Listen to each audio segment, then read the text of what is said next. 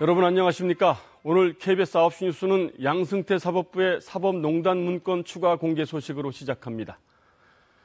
일반 국민들은 이기적인 존재들이다. 오늘 추가로 공개된 196건의 문건 속에 나오는 한 구절입니다. 내 사건은 대법원에서 재판을 받아야 한다고 생각하는 국민 정서를 사법부는 이렇게 평가했습니다. 삐뚤어진 선민의식이 엿보입니다. 지금까지 사법농단 사건과 관련해서 모두 410건의 문건이 공개됐는데요. 재판거래 의혹과 판사 사찰 의혹, 입법 로비 등 여러 가지 의혹들이 불거졌습니다. 검찰 수사에다 여론의 압박까지 이어지자 대법원이 결국 모든 문건을 공개했는데 이게 법원이 맞나 싶을 정도로 차마 믿기지 않는 일들이 벌어졌습니다. 먼저 법원행정처가 상고법원 설치에 부정적인 국회의원들을 고립시키고 압박하려고 했다는 소식부터 정성호 기자가 전해드립니다.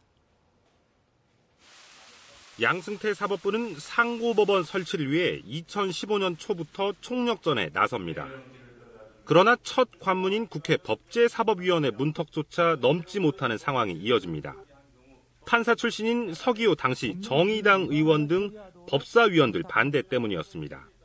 대법관에 대해서는 인사청문회와 국회의 동의 절차를 거쳐서 검증할 기회가 있는데 이 상고법관에 대해서는 그런 절차가 없기 때문에 이 회의 한 달여 뒤 법원행정처가 작성한 법사위원 대응 전략 문건입니다.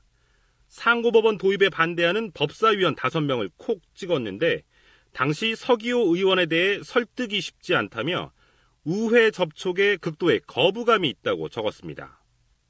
석 달 뒤 서 전 의원이 상고법원 설치 대신 대법관 증원 법안을 내놓자 법원 행정처는 더 노골적으로 변합니다.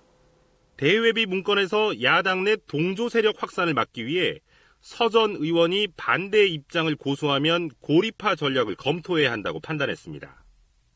또 다른 대외비 문건에선 아예 서 전 의원의 재판에 개입한다는 내용이 등장합니다. 법관 재임용 심사에서 탈락한 서 전 의원이 대법원장을 상대로 낸 행정소송에 대해 변론 종결 등을 통해 심리적 압박을 주는 방안을 검토해야 한다는 겁니다.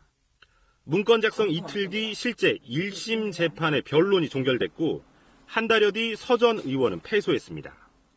변론 종결을 할지 여부는 그날 재판장만이 알 수 있는 건데 법원행정처에서 그 해당 재판부에 변론 종결하도록 개입을 한 것이다.